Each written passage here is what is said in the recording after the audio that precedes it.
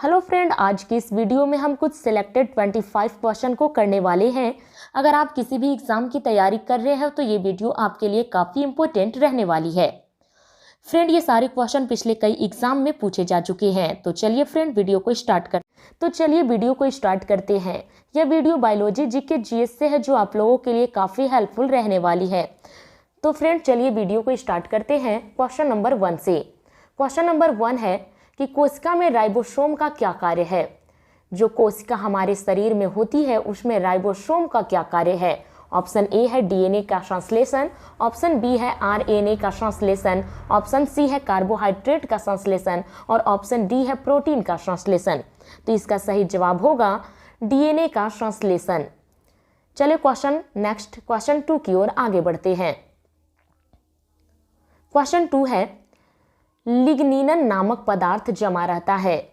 Option है इसके xylem उत्तक पर, फ्लोएम उत्तक पर, बल्कुट कॉर्टेक्स पर, कि इनमें से कोई नहीं।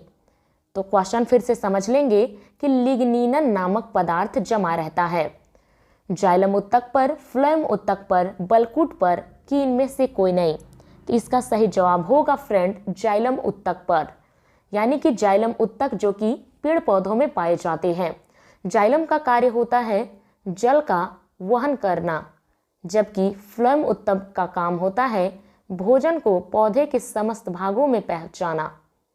तो ये दो मुख्य इंपॉर्टेंट बातें हैं जाइलम उत्तक और फ्लोएम उत्तक से भी, यानी कि इसमें से 2 क्वेश्चन और निकल कर आते हैं कि जाइलम उत्तक का क्या कार्य है, तो जल ढोने का कार्य है, और जबकि फ्लोएम उत्तक का कार्य है भोजन ढोने का। तो ठीक है फ्रेंड, अब क्वेश्चन नंबर 3 की ओर आगे बढ़ते हैं। क्वेश्चन नंबर 3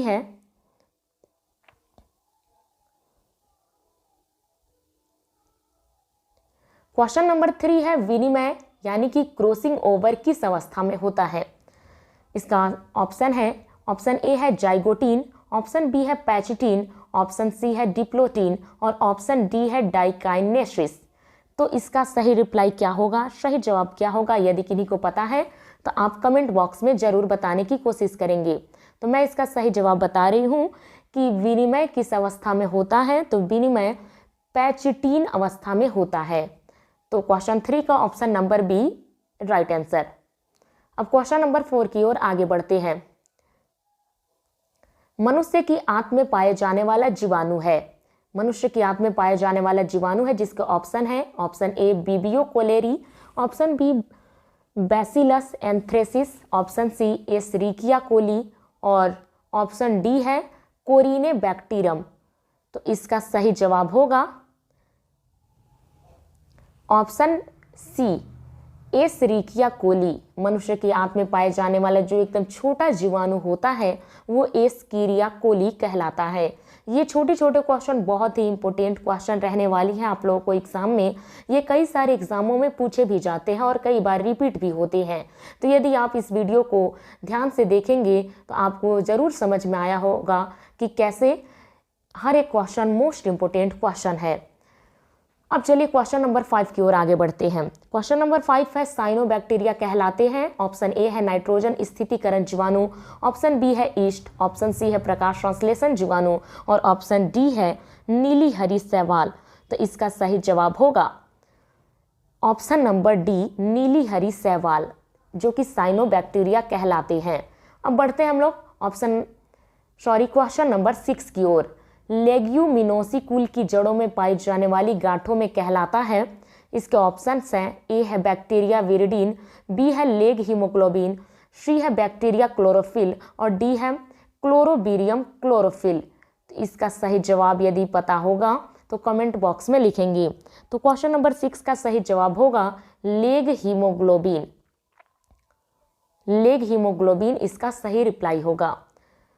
तो क्वेश्चन को आगे बढ़ाते हुए क्वेश्चन नंबर 7 की ओर चलते हैं। क्वेश्चन नंबर 7 आप लोगों का स्क्रीन के सामने। निम्न में जलीय टेरिडोफाइट्स है।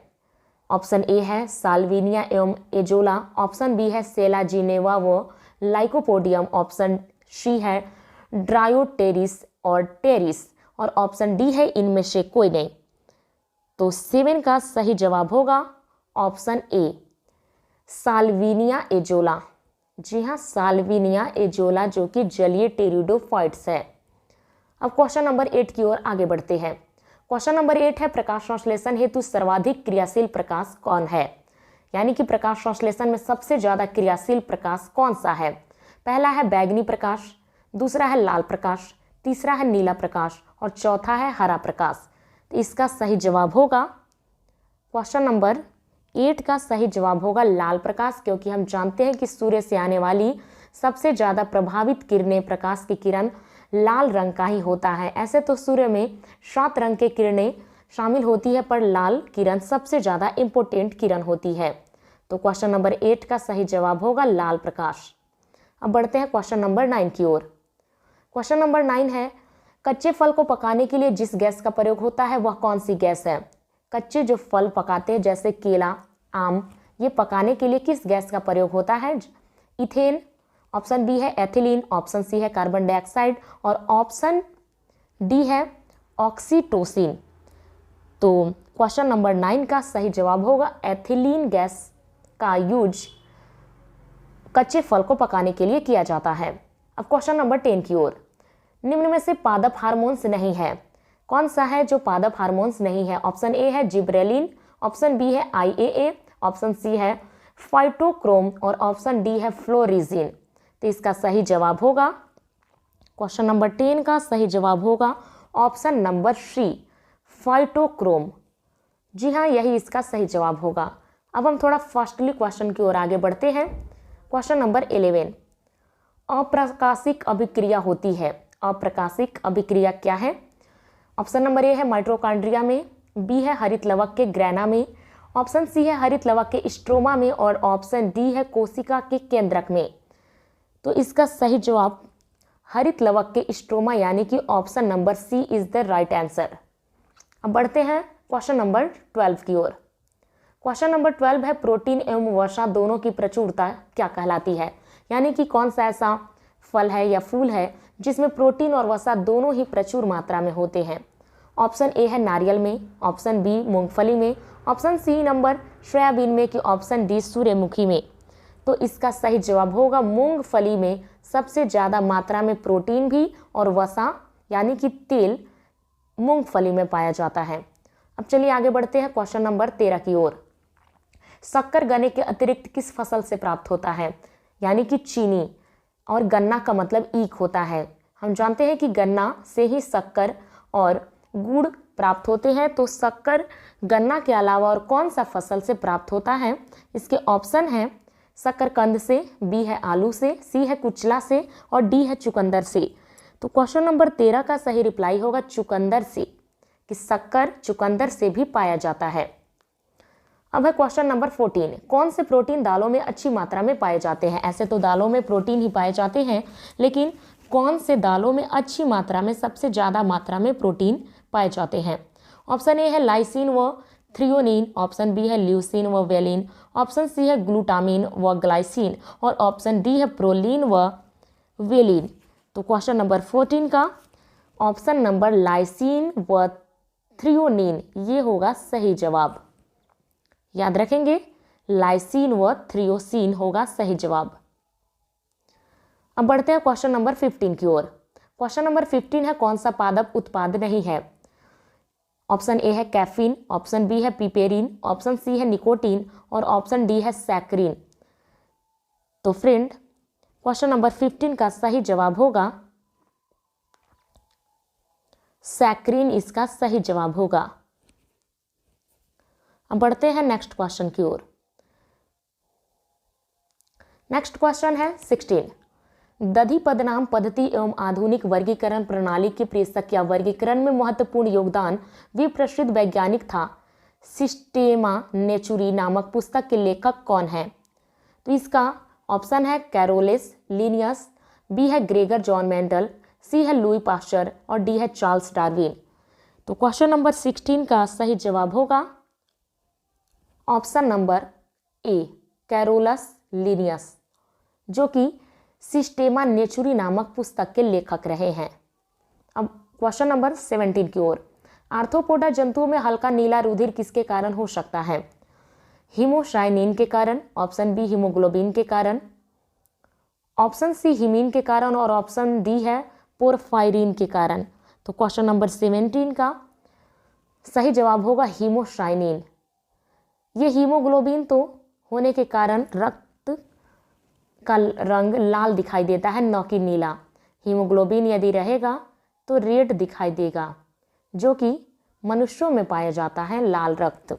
ठीक, आर्थ्रोपोडा जो जंतु होते हैं, जो समुद्री जीव जंतु होते हैं, इनमें ब्लू रक्त पाया जाता है, यानी कि नीला रुधिर, हीमोसाइनिन कहलाता है। अब क्वेश्चन नंबर 18 की ओर। अंडवृषण होता है कॉकरोच में, झिंगुर में, दधलिंगी घोंघे में कि मक्खी में? तो क्वेश्चन है अंडवृषण होता है। तो क्वेश्चन नंबर 18 का आंसर होगा दधलिंगी घोंघा में। जो घोंघा समुद्र में, नदियों में पाया जाता है, कवच होता है उसके ऊपर, उसमें अंडवृषण पाया जाता है। क्वेश्चन नंबर 9, व्हेल के श्वसनांग कौन सा है? यानी कि व्हेल जो मछली है वो क्या से श्वसन करती है? ऑप्शन ए है त्वचा, ऑप्शन बी है जक्लोम, ऑप्शन सी है बुक लंग्स और ऑप्शन डी है फेफड़ा। तो इसका सही जवाब क्वेश्चन नंबर 19 का डी होगा। इसका सही जवाब है फेफड़ा। फेफड़ा इसका सही जवाब होगा। ऐसे तो मछलियां अपने लंग से लेती है श्वास, लेकिन ये व्हेल मछली सबसे बड़ी मछली है जो कि फेफड़े से सांस लेती है। अब क्वेश्चन नंबर 20 की ओर आगे बढ़ते हैं। निम्न में से कौन सी वस्तु एक कीट के शरीर का स्राव है? ऑप्शन ए है शहद, ऑप्शन बी है लाख और ऑप्शन सी है कोरल और ऑप्शन डी है मोती। तो कौन सा वस्तु है जो कि कीट के शरीर का स्राव है? तो 20 नंबर क्वेश्चन का लाख होगा। सही जवाब होगा लाख। अब बढ़ते हैं क्वेश्चन नंबर 21 का।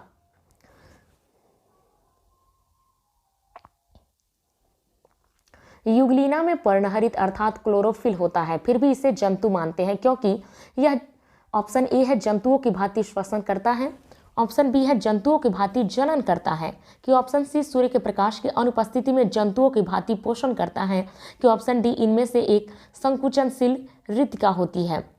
तो क्वेश्चन नंबर 21 का सही जवाब होगा ऑप्शन नंबर सी, कि सूर्य के प्रकाश की अनुपस्थिति में जंतुओं की भांति पोषण करता है। जिस प्रकार जंतु को सूर्य के प्रकाश की आवश्यकता नहीं होती है, ये सिर्फ पेड़ पौधों को ही आवश्यकता होती है क्योंकि वो प्रकाश संश्लेषण की उपस्थिति में अपना भोजन बना पाते हैं, जबकि मनुष्य उन पेड़ पौधों पे ही अपने भोजन के लिए निर्भर रहते हैं। डिपेंडेंट पर्सन है ये। तो युगलीना भी ठीक इसी प्रकार जंतुओं की तरह ही पोषण करता है। अब क्वेश्चन नंबर 22। क्वेश्चन नंबर 22 है चौवेसमी हृदय किन में होता है? चौवेसमी यानी कि 4 हृदय। 4 हृदय वाले जंतु कौन होते हैं? ऑप्शन ए है सरीसृप में, ऑप्शन बी है उभयचर में, ऑप्शन सी है स्तनियों में, तो ऑप्शन डी है मछलियों में। तो क्वेश्चन नंबर 22 का सही जवाब होगा स्तनपायी, यानी कि जो बच्चे को जन्म देते हैं, दूध पिलाते हैं, उन जंतुओं में, उन जीव जंतुओं में, प्राणियों में चौवेसमी हृदय पाए जाते हैं। तो करेक्ट है इसका option number C, this is right answer. अब बढ़ते हैं हम क्वेश्चन नंबर 23 की ओर। अब ज़्यादा क्वेश्चन है नहीं और कुछ इसी तरह 25 क्वेश्चन हम नेक्स्ट वीडियो में करेंगे। इस वीडियो में सिर्फ हम 25 क्वेश्चन करेंगे जो कि मोस्ट इंपोर्टेंट क्वेश्चन है। क्वेश्चन नंबर 23, अपरा या प्लैनसेटा किस में बनता है? ऑप्शन ए है प्रोटोथीरिया में, ऑप्शन बी है यूथीरिया में, ऑप्शन सी है सरीसृप में और ऑप्शन डी है पक्षियों में। तो क्वेश्चन क्या कहता है? अपरा या प्लैसेंटा किस में बनता है? तो क्वेश्चन नंबर 23 का आंसर होगा यूथीरिया में। जी हाँ, इसका सही जवाब होगा यूथीरिया। बढ़ते हैं क्वेश्चन नंबर 24 की ओर। क्वेश्चन नंबर 24, जहाँ कैरोटीन से विटामिन ए का संश्लेषण होता है क्या है? ऑप्शन ए है त्वचा, ऑप्शन बी है रक्त, ऑप्शन सी है वृक्क और ऑप्शन डी है यकृत। तो 24 का option number D is right answer. यकृत में कैरोटीन से विटामिन ए का संश्लेषण होता है। अब last question 25 number, Alka keratin एक प्रोटीन है जो उपस्थित रहता है चर्म में यानी कि चमड़े में, ऑप्शन बी है ऊन में, यानी कि जो जिस ऊन से स्वेटर बनते हैं, गर्म कपड़े बनते हैं और हमें भेड़ बकरियों से ऊन प्राप्त होते हैं, और ऑप्शन सी है रक्त में, कि ऑप्शन डी है अंडों में। तो 25 नंबर जो क्वेश्चन है जिसमें पूछा है कि अल्का कैरोटीन एक प्रोटीन है जो कि कहाँ उपस्थित रहता है, तो इसका सही जवाब होगा चर्म में। तो आज के लिए इतना ही। फ्रेंड, यदि आपको वीडियो पसंद आया होगा तो ऐसे ही जीके जीएस से संबंधित वीडियो पाने के लिए हमारे आशा जीके जीएस चैनल को सब्सक्राइब कर सकते हैं। इसी तरह आपको वीडियो में डेली नए नए क्वेश्चन, सेलेक्टेड क्वेश्चन लाए जाते हैं जो कि सभी के लिए काफ़ी हेल्पफुल रहने वाली है। ये सिर्फ एक एग्ज़ामों में नहीं बल्कि कई सारे एग्ज़ामों में लगातार पूछे जाते हैं, और आप वीडियो को बाद में भी देख सकते हैं और अपने नोटबुक में इसे लिखकर याद कर सकते हैं, जो कि बहुत ही आपको यूज़फुल और हेल्पफुल होगा।